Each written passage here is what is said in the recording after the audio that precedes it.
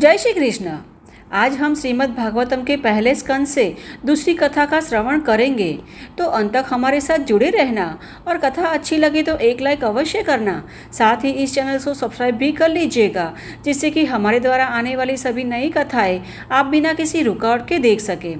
तो चलिए आज की कथा का आरंभ करते हैं। हमने आगे की कथा में सुना कि किस प्रकार भगवान श्री कृष्ण ने अश्वत्थामा द्वारा छोड़े गए ब्रह्मास्त्र से उत्तरा के गर्भ में पल रहे पांडवों के अंतिम वंशज की रक्षा की। उसके पश्चात वे जब द्वारका जाने के लिए तैयार हुए तो युधिष्ठिर महाराज ने उन्हें रोक लिया और कुछ और समय वहां बिताने का आग्रह करने लगे, क्योंकि युधिष्ठिर महाराज युद्ध में मारे गए सभी सैनिक तथा अपने स्नेहीजनों की मृत्यु से अत्यंत दुखी थे और वारंवार इस युद्ध के लिए अपने आप को दोषी मानकर विलाप कर रहे थे। अब वैसे तो भगवान श्री कृष्ण युधिष्ठिर महाराज के हृदय में परमात्मा रूप में विराजमान थे और वह चाहते तो उन्हें शिक्षाएं देकर सरलता से शांत कर सकते थे, परंतु श्री कृष्ण चाहते थे कि युधिष्ठिर को वे शिक्षाएं मृत्युशैया पर लेटे भीष्म पितामह द्वारा मिले, और इसलिए सभी के द्वारा सांत्वना दिए जाने पर भी महाराज युधिष्ठिर का मन शांत नहीं हो पा रहा था। भगवान श्री कृष्ण पांडवों के प्रति भीष्म के अगाध स्नेह से भली भांति परिचित थे। भीष्म पितामह को आनंद प्रदान करने के लिए भगवान श्री कृष्ण महाराज युधिष्ठिर की अनुयायी में एक विशाल राजसी समूह के साथ युद्ध भूमि पर पहुंचे, जिससे पितामह अपने प्रिय पौत्रों की समृद्धि को देखकर प्रसन्न हो सके। इस प्रकार व्यासदेव एवं धौम्य जैसे अनेक ब्राह्मणों एवं ऋषियों के साथ भगवान श्री कृष्ण एवं पांडवगण युद्ध भूमि में उस स्थान पर पहुंचे जहाँ पितामह भीष्म सरसैया पर लेटे थे। इस समागम के दर्शन तथा भावी चर्चा को सुनने के लिए वहां पहले से ही श्री नारद मुनि जी, श्री सुखदेव गोस्वामी और परशुराम सहित अनेक ब्रह्मर्षि, देवर्षि एवं राजर्षि उपस्थित थे। अपने रथों से उतरकर भगवान श्री कृष्ण और पांडवों ने पितामह के चरण पर नमन किया। उन सबको देखकर भीष्म पितामह ने अत्यंत शिष्टापूर्वक उन सबका अभिवादन किया और पूरे आदर सम्मान के साथ परम भगवान श्री कृष्ण की पूजा की। अब अपने निकट शोकातुर पांडवों को चुप बैठा देखकर भीष्मदेव स्नेह की भावनाओं से द्रवीभूत हो गए और जैसे ही उन्होंने उनसे कुछ कहना चाहा, उनकी आंखें अश्रुओं से भर गई। भीष्म पितामह जानते थे कि महाराज युधिष्ठिर महाभारत युद्ध में हुए भीषण हत्याकांड से अत्यंत व्यथित है, इसीलिए उनकी ओर देखते हुए उन्होंने कहना आरंभ किया, अहो, तुम जैसी भद्र आत्माओं को भी अपनी माता सहित कितने भयावह अन्यायों और अत्याचारों से गुजरना पड़ा है, परंतु चूंकि तुम सदैव परम भगवान ब्राह्मणों तथा धर्म द्वारा संरक्षित थे, इसलिए प्रत्येक समय सुरक्षित बच गए। मेरे मत में तो जो कुछ भी हुआ है वह अटल काल के नियंत्रण में हुआ है और यह काल भगवान के हाथों का एक यंत्र है, इसलिए अंततः जो कुछ हुआ उसमें भगवान की ही इच्छा थी। यहाँ तक कि बड़े बड़े ऋषि मुनि भी भगवान की योजनाओं को नहीं समझ पाते।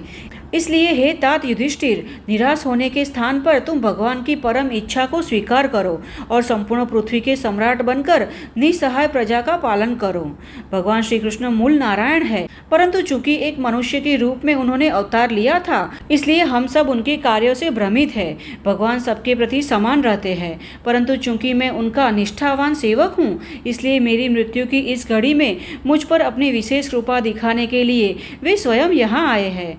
हे भगवान, मेरी तो बस यही कामना है कि यह शरीर त्याग करते समय मेरे नेत्रों के सम्मुख आपका यह चतुर्भुज रूप प्रकट रहे, जिसमें आपका मुस्कुराता सुंदर चेहरा उदित होते सूर्य जैसे लालिमा युक्त नेत्रों से युक्त है। अब भीष्म पितामह के शांत होने के पश्चात महाराज युधिष्ठिर ने विभिन्न धर्म सिद्धांतों पर उनसे प्रश्न पूछने का आरंभ किया। उत्तर में भीष्म पितामह ने वर्णाश्रम पद्धति, विभिन्न प्रकार के दान, स्त्री कर्तव्य तथा मुक्ति मार्ग की विस्तार पूर्वक व्याख्या की। अब जब वे बोल रहे थे तो सूर्य उत्तरायण होने लगा, जो इस संसार को त्यागने के लिए यह अत्यंत शुभ समय माना जाता है। इस प्रकार भीष्मदेव, जिन्होंने जीवन भर सहस्त्रों विषयों पर चर्चा की थी और जिन्हें अपने पिता से इच्छा मृत्यु का वरदान प्राप्त था, वे शांत हो गए। उन्होंने अपने मन को अन्य सब स्थानों से खींच लिया और खुले नेत्रों के साथ अपने सम्मुख खड़े भगवान श्री कृष्ण पर केंद्रित कर दिया। एकाग्रचित होने के कारण भीष्मदेव की इंद्रियां शांत हो गई और वे बाणों से हुए घावों की पीड़ा से पूरी तरह मुक्त हो गए। अब अपने शरीर को त्यागने की तैयारी करते हुए भीष्म पितामह ने प्रार्थना की कि हे भगवान, अब तक मैंने अपने विचार, अनुभव तथा इच्छा शक्ति को विभिन्न कार्यों में संलग्न रखा हुआ था। अब मेरी यही इच्छा है कि मैं इसे सर्वशक्तिमान पूर्ण पुरुषोत्तम भगवान के प्रति समर्पित कर दूं।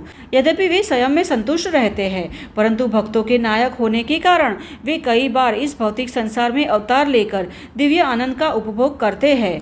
मेरी कामना है कि त्रिभुवन में प्रत्येक व्यक्ति को आकर्षित करने वाला उनका यह परम सुंदर देह मेरे ध्यान की एकमात्र वस्तु बने, जिससे मैं भौतिक सुख की समस्त इच्छाओं का त्याग कर सकूं। इस प्रकार भगवान को प्रार्थना करते हुए भीष्म पितामह कहते हैं कि कुरुक्षेत्र की युद्ध भूमि में अर्जुन का रथ हाँकते हुए भगवान श्री कृष्ण के केस घोड़ों की चापों से उड़ी धूल लगने से दूषित हो गए थे और कठिन श्रम के कारण उनका मुखारविंद पसीने की बूंदों से नम हो गया था। परंतु मेरे तीक्ष्ण बाणों द्वारा दिए गए घावों सहित वे अपने शरीर पर पड़े इन सब आभूषणों का आनंद ले रहे थे।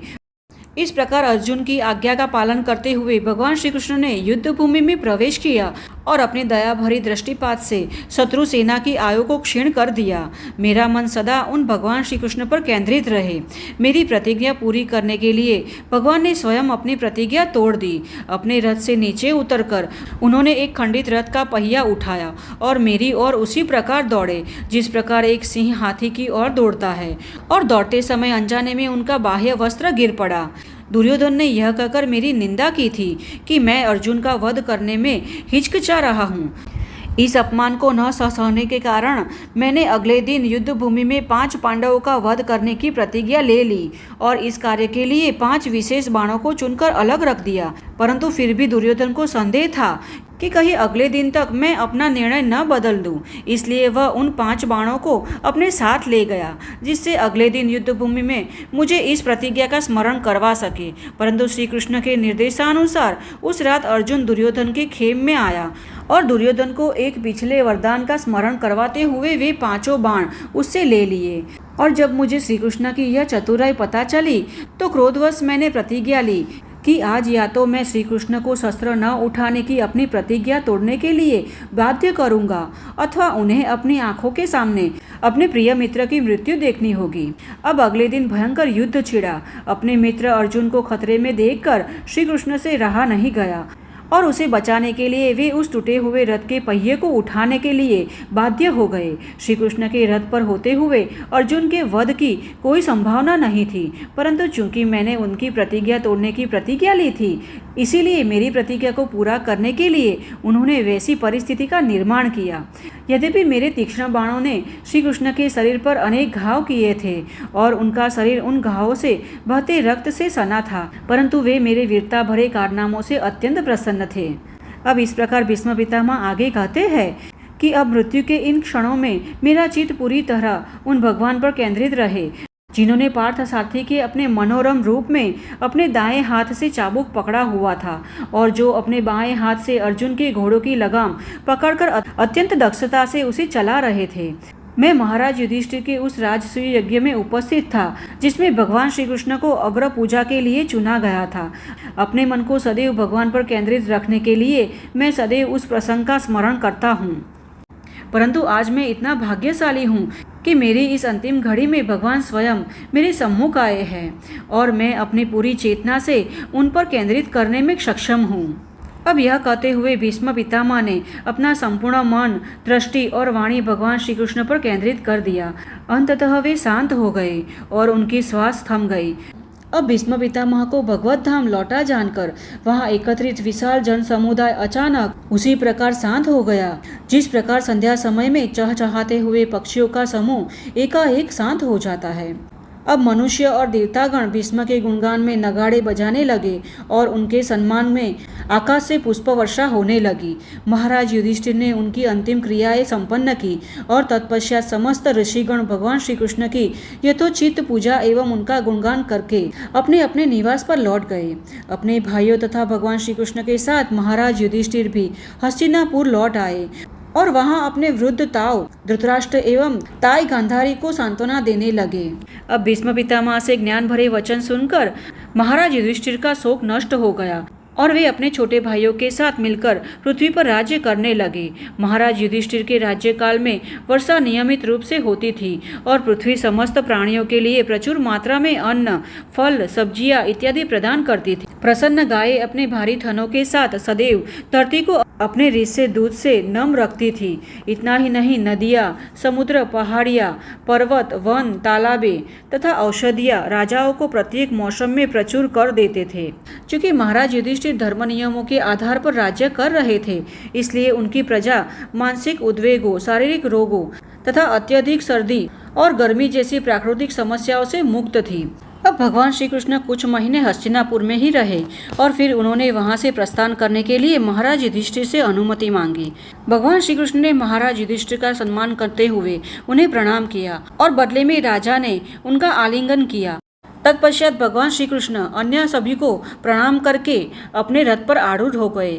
अब भगवान श्री कृष्ण सभी से विदा ले रहे थे। उस समय सुभद्रा, द्रौपदी, कुंती, उत्तरा, गांधारी, धृतराष्ट्र तथा पांडवगण अर्जुन को छोड़कर, क्योंकि वे श्री कृष्ण के साथ जा रहे थे, लगभग मूर्छित हो गए। उनके लिए अपने प्रिय भगवान से विरह का विचार मात्र असह्य हो रहा था। उनके हृदय द्रवीभूत हो उठे। वे कभी अपलक नेत्रों से भगवान श्री कृष्ण को निहारते और कभी चिंतातुर होकर इधर उधर देखते थे। अब महल की अन्य स्त्रियां भी भगवान के अंतिम दर्शन के लिए आई। अत्यंत कठिनाई से उन्होंने अपने आंसुओं को नियंत्रित किया था, क्योंकि वे जानती थी कि प्रस्थान के समय ऐसे आंसू अशुभ होते हैं। लज्जा और स्नेहवश कुरुवंश की स्त्रियां अपने महलों की छतों से भगवान के ऊपर पुष्प वर्षा कर रही थी और साथ ही भगवान के सम्मान में विभिन्न प्रकार के नगाड़े, ढोल तथा अन्य वाद्य यंत्र बज रहे थे।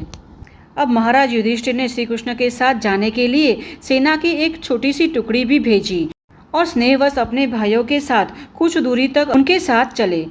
अंततः श्री कृष्ण ने पांडवों से घर लौट जाने का आग्रह किया और फिर वहां से वे द्वारका जाने वाले मार्ग पर आगे बढ़ गए। तो चलिए आज की कथा को हम यहीं पर आराम देते हैं और इस कथा के अगले भाग के साथ फिर से मिलते हैं। तब तक के लिए जय श्री कृष्ण।